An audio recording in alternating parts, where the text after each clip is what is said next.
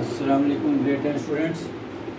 कल का हमारा लेक्चर था कंपोनेंट और डिविडेंड ऑफ थ्योरम के शॉर्ट क्वेश्चन किए थे। आज कंपोनेंट और डिविडेंड ऑफ थ्योरम की मदद से ही लॉन्ग क्वेश्चन कैसे सॉल्व करने हैं। अब इसमें दो तरह के क्वेश्चन हैं।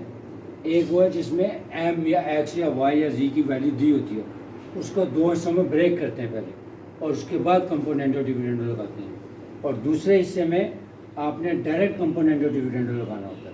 तो आज हम पहले हिस्से वाले क्वेश्चन कर रहे हैं। क्वेश्चन नंबर 2 का part number 2, evaluate find the value of, या इवेल्युएट का मतलब एक ही है, m plus 5n over m minus 5n plus m plus 5p over m minus 5p if m is equal to 10np over n plus p। सबसे पहले आपने देखना कि जो वैल्यू m की गिवन है वो है 10np over n plus p।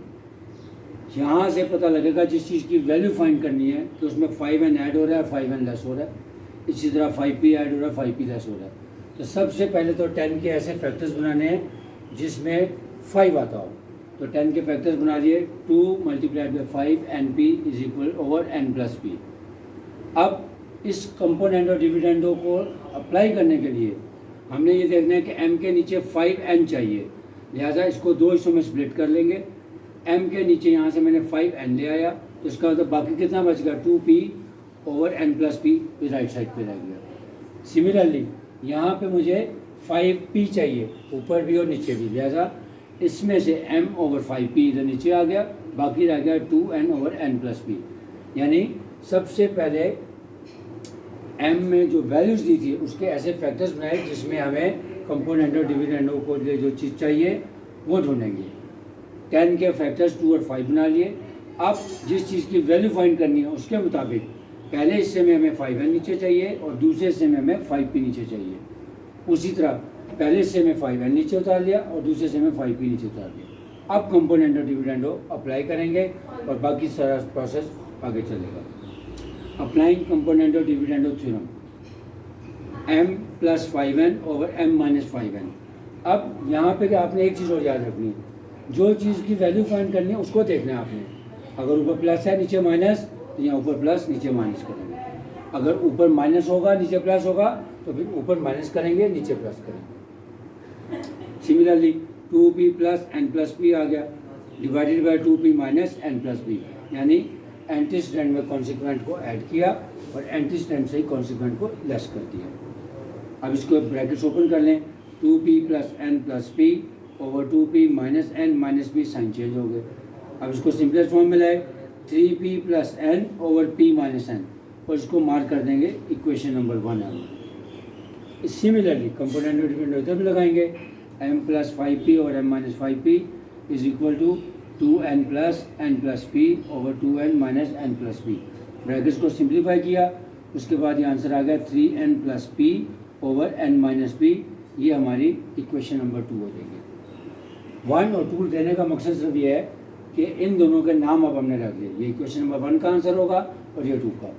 बीच में प्लस का साइन है इसलिए लिखेंगे एडिंग 1 एंड 2।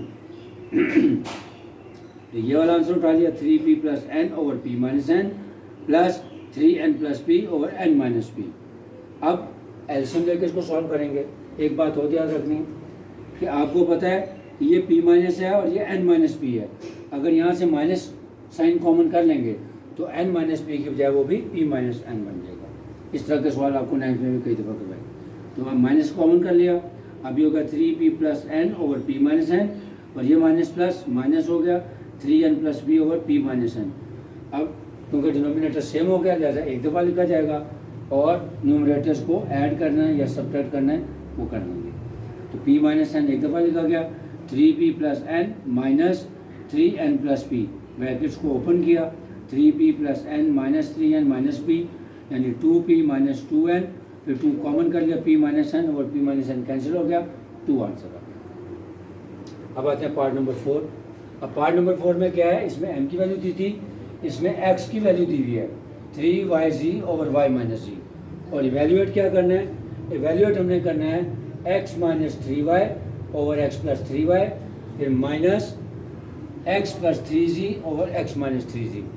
बिल्कुल वैसे ही यहाँ पे हमें नज़र आ रहा है कि 3y कॉमन चाहिए, यानी x के नीचे 3y को लाएंगे और उसको दो हिस्सों में ब्रेक करेंगे। स्प्लिट करने के बाद वैसे ही पहले x के नीचे 3y ले आएंगे और इधर x के नीचे 3z ले आएंगे। फिर जब 3x ओवर 3y हो गया और इधर बाकी बच गया z over y minus z। इधर से जब x ओवर 3z हो गया, इधर बच गया y over y minus z। 3 के फैक्टर्स इसलिए नहीं किए क्योंकि हमें डिनोमिनेटर में 3 ही चाहिए था। अब ऐसे अप्लाइंग कंपोनेंट और डिविडेंड ऑफ थ्योरम। अब यहाँ पे ऊपर माइनस है, नीचे प्लस है, जैसे ऊपर माइनस वाला लगाएंगे, नीचे प्लस वाला। x minus 3y over x plus 3y, z minus y minus z plus y minus z. फिर ब्रैकेट्स को ओपन किया, सिंप्लीफाई किया, इसका आंसर आ गया 2z minus y over y. Similarly दूसरी तरफ आ जाएं। अब ऊपर प्लस था, नीचे माइनस था, लिहाजा ऊपर लिखेंगे x plus 3z over x minus 3z। इसी तरह राइट साइड पे y प्लस वाई माइनस जी, वाई माइनस वाई माइनस जी।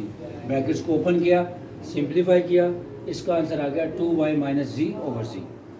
अब क्योंकि जो क्वेश्चन में हमने इवेल्युएट करना है वो लिखा हुआ था दिस माइनस दिस, तो इसका मतलब हम लिखेंगे सब्ट्रैक्टिंग 2 फ्रॉम 1, क्योंकि आपको पता है कि फ्रॉम वाला पहले लिखा जाता है, क्योंकि 1 में से 2 माइनस करना है। लेकिन जब इसको लिखेंगे क्या लिखेंगे, सब्ट्रैक्टिंग 2 फ्रॉम 1, यानी पहले ये आंसर आ गया 2z minus y over Y, और इधर से ये आ गया माइनस 2y माइनस जी ओवर जी। फिर अब उसके बाद नीचे एल्शियम आ गया, y और g का एल्शियम आ गया y g। अब y कैंसिल हो गया, g से इन दोनों को मल्टीप्लाई किया, g into 2z minus y, minus g cancel हो गया, y बच गया, y को 2y माइनस जी से मल्टीप्लाई किया, इसको एक्सपेंड किया, ये बन गया 2z स्क्वायर माइनस वाई जी। इसको भी एक्सपेंड किया, minus 2y square plus y z और वाई जी कैंसिल हो गया, एक पॉजिटिव था एक नेगेटिव था, 2z square minus 2y square बच गया, 2 कॉमन कर लिया, z square minus y square over y z. ये सिंपल हो। असाइनमेंट नोट कर लें, एक्सरसाइज 3.2 क्वेश्चन नंबर 2 का पार्ट नंबर 1, 3 और 5 बिल्कुल इसी तरह के सवाल हैं। जो आगे पार्ट नंबर 6 से ऑनवर्ड क्वेश्चन हैं उस पर डायरेक्ट अप्लाई करना है, वो इंशाल्लाह नेक्स्ट लेक्चर में आपको समझाऊंगा। रिवाइज करवा देता हूँ कि सबसे पहले जिस चीज़ की वैल्यू थी उसको आपने इस तरह ब्रेकअप करना है कि जिस चीज़ की वैल्यू फाइंड करनी है उसके मुताबिक आपने उसके फैक्टर्स को स्प्लिट करने के बाद नीचे m के नीचे ले आए, उसके बाद कंपोनेंट और डिविडेंड अप्लाई करना है। बाकी जो पार्ट्स मैंने मार्क किए उसमें सब में इसी प्रोसेस से करना है। Hope you will understand.